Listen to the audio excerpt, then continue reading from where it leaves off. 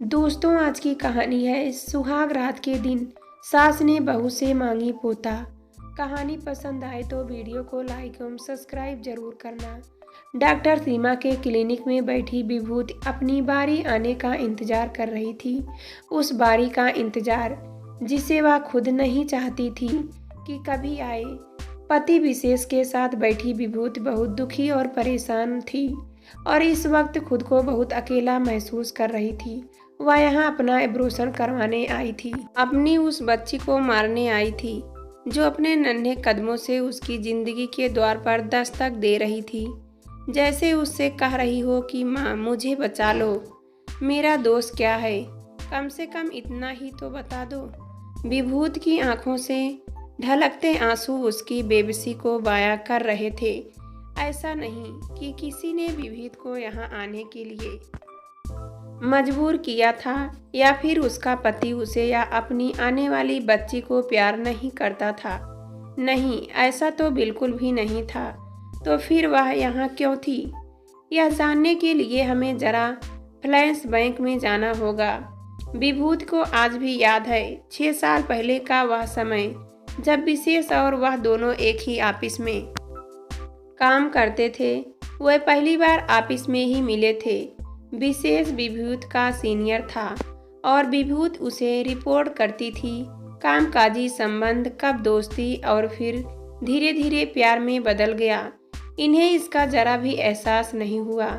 उनके प्यार से दोनों के परिवार वालों को कोई आपत्ति नहीं थी। 2021 में दोनों परिवारों की सहमति से उनकी शादी हो गई थी। 1 साल बाद जब विभूति प्रेग्नेंट हुई तो कुछ वजहों से उसे पूरी प्रेगनेंसी के दौरान बेड रेस्ट बताया गया और उसे नौकरी छोड़नी पड़ी। अब परिवार की सारी आर्थिक जिम्मेदारी विशेष के कंधों पर आ गई। इधर विभूति की डिलीवरी का टाइम नजदीक आ रहा था, उधर विशेष भी अपनी बढ़ती हुई जिम्मेदारियों को समझते हुए बेहतर नौकरी की तलाश कर रहा था। दिसंबर 2022 में जब मायरा का जन्म हुआ तो न सिर्फ विशेष और विभूति ने ही बल्कि उसके सास ससुर और ननद ने भी खुली बाहों से नन्ही मायरा का स्वागत किया था। उसी समय पॉपुलेशन कंट्रोल लॉ के चलते विशेष को बिजली विभाग में अच्छी नौकरी मिल गई और क्योंकि मायरा लड़की थी तो उसे कई बेनिफिट्स भी मिल गए थे। उनकी गृहस्थी की गाड़ी पहली बार बिना हिचकोले के चल निकली थी। सारा परिवार पॉपुलेशन कंट्रोल लॉ की सराहना कर रहा था और सरकार की दूरदर्शिता को दाद दे रहा था। इस बात को अभी 3 साल भी नहीं बीते थे कि इसी लॉ का दूसरा पहलू विभूति और विशेष की जिंदगी पर गाज बनकर गिरा। मायरा के 3 साल की होते ही सासू माँ ने विभूति को दूसरा बच्चा पैदा करने के बारे में समझाना शुरू कर दिया।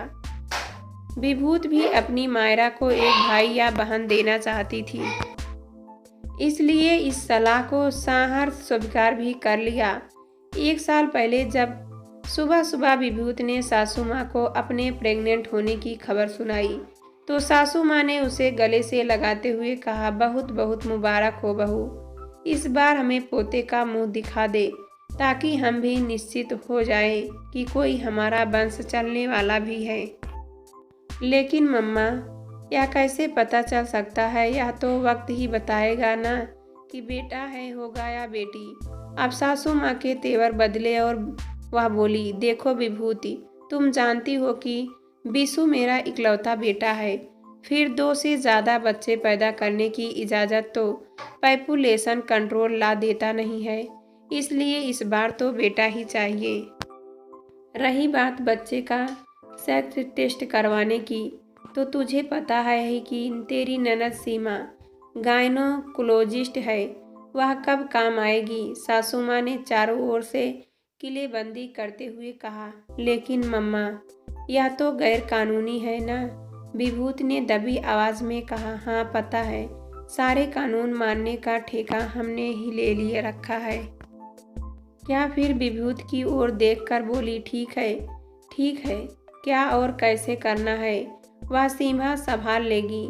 मैं उससे बात कर लूंगी, तू चिंता मत कर। पर मम्मा, विभूत की बात बीच में ही काटकर सासू जी बोली, पर क्या विभूत, पर क्या? क्या तुम नहीं जानती कि तीसरा बच्चा पैदा करने में बिस्सू की प्रमोशन रुक जाएगी? जो भी बेनिफिट्स मिलते हैं सब बंद हो जाएंगे। और तो और बच्चों की पढ़ाई लिखाई, परिवार की मेडिकल सिक्योरिटी, सब पर पानी फिर जाएगा। फिर तुझे पता है कि बिस्सू घर का अकेला कमाने वाला है। उसकी इस आधी अधूरी नौकरी से घर कैसे चलेगा? विभूत का खुशी से खिला चेहरा मुरझा गया। इस खुशी का यह पक्ष तो उसने सोचा ही नहीं था। उसे कहाँ पता था कि यह कानून उसकी कोख पर पहरा लगाएगा, उसकी ममता पर इस कुद्रता से प्रहार करेगा। विभूत एक पढ़ी लिखी औरत थी। अपनी भावनाओं पर हुए इस वार से वह तिलमिला उठी। वह इस देश के कर्णधारों से पूछना चाहती थी कि अब क्या हमें घर परिवार के फैसले भी सरकार से पूछकर लेने होंगे। माना कि बढ़ती हुई जनसंख्या तरक्की की राह का सबसे बड़ा रोड़ा है। माना कि पॉपुलेशन कंट्रोल करना बहुत जरूरी है, लेकिन किस कीमत पर? औरतों की समस्याओं का बढ़ाकर, समाज में लड़कियों की संख्या घटाकर और अपने कल को एक और बड़ी समस्या देकर, गैर कानूनी एब्रोशन को बढ़ावा देकर, यानी एक कानून को निभाने के लिए दूसरा तोड़ना ही पड़ेगा। एक समस्या को सुलझाने के लिए क्या दो और समस्याओं को जन्म देना ठीक होगा? क्या देश के विकास का मार्ग माओं की कोख से होकर गुजरना जरूरी है, जिन बच्चों को हम अच्छा भविष्य न दे सकें? उन्हें दुनिया में नहीं लाना चाहिए, यह बात तो हम भी जानते हैं। फिर उसे नौकरी, तरक्की आदि से जोड़कर दोनों ही क्षेत्रों को गड़बड़ाने की क्या ज़रूरत है? इसके बजाय यदि शिक्षा का सहारा लिया जाए तो बेहतर न होगा? जनता में अपना भला बुरा समझने की सहूलत देकर तो भी समझाया जा सकता है। परिवार नियोजित करने की जहाँ ज़रूरत है वहाँ उसके साधनों को मुहैया करवाएं। उन्हें इसके लिए शिक्षित करें, ना कि जो समझ चुके हैं उनका जीना मुश्किल करें।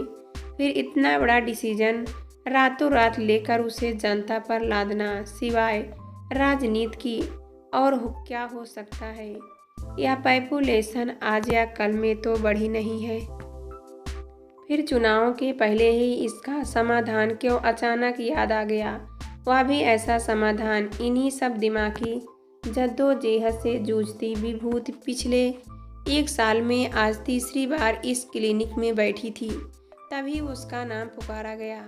दोपहर तक टूटी थकी और चुसे हुए आम जैसी निचुड़ी विभूति अपने घर पहुंची और तकिए में मुंह दबाए उस दिन को कोसती रही जिस दिन यह कानून बना था।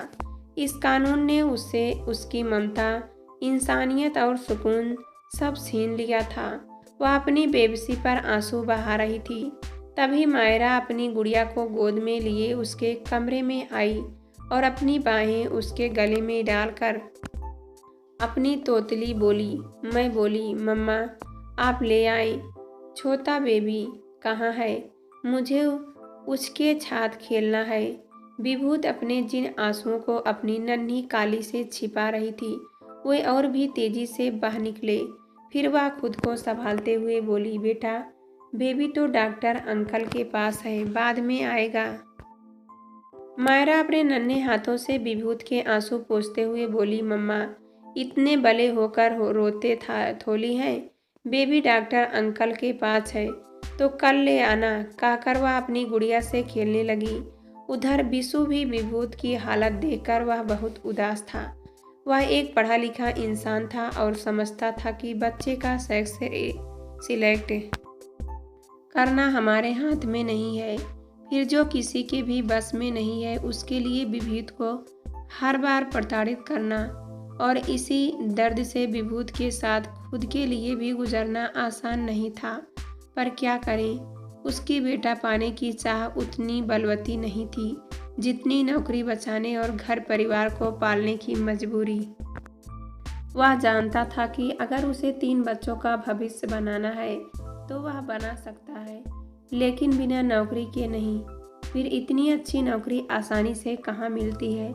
इधर माँ की वंश चलाने और पितरों को तर्पण करने वाली अंधविश्वास भरी बातों का भी वह पूरी तरह तिरस्कार नहीं कर पाता था। बेटा होगा या बेटी, यह उम्मीद वह बिना चांस लिए छोड़े भी तो कैसे। लेकिन कानून की कठोरता और विभूत की हालत देखकर इस बार उसने विभूत को आश्वासन दिया था कि इस स्थिति में वह विभूत को फिर कभी नहीं लाएगा।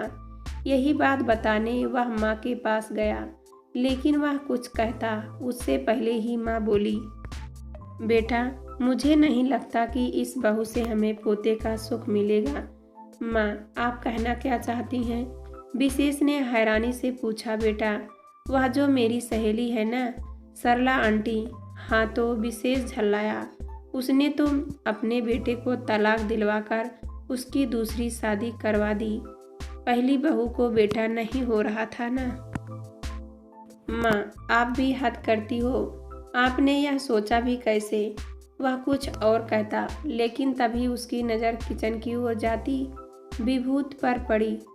उसकी आंखों का दर्द बता रहा था कि वह माँ की बात सुन चुकी थी। विशेष अब माँ की बात बीच में छोड़कर विभूत के पास गया और उसे अपने आलिंगन में लेकर अपने प्यार का विश्वास दिलाते हुए बोला, तुम्हें मुझ पर विश्वास है ना? विभूत ने सिसकियों के बीच गर्दन हाँ में हिला दी। बस, तो फिर अब कोई कुछ भी कहे। विभूत को ठठास बात कर विशेष ऑफिस के लिए निकल गया। उसने ऑफिस से आधे दिन की छुट्टी ली थी। लंच के बाद जब वह ऑफिस पहुंचा तो उसके सहकर्मी ने बताया, विशेष बॉस तुम्हें पूछ रहे थे, जरा गुस्से में भी लग रहे थे। तुम जरा जाकर उनसे मिल लो, ठीक है? विशेष ने कहा और बॉस के कमरे की ओर चल दिया। विशेष ने जैसे ही बॉस के कमरे में प्रवेश किया, वो जरा तल्ख लहजे में बोले, विशेष, वह नए कनेक्शन वाली फाइल जो आज सुबह मेरी टेबल पर होनी चाहिए थी, अभी तक गायब है। मैंने तुम्हें कल ही बताया था कि आज बोर्ड मीटिंग में तुझे उसकी ज़रूरत है।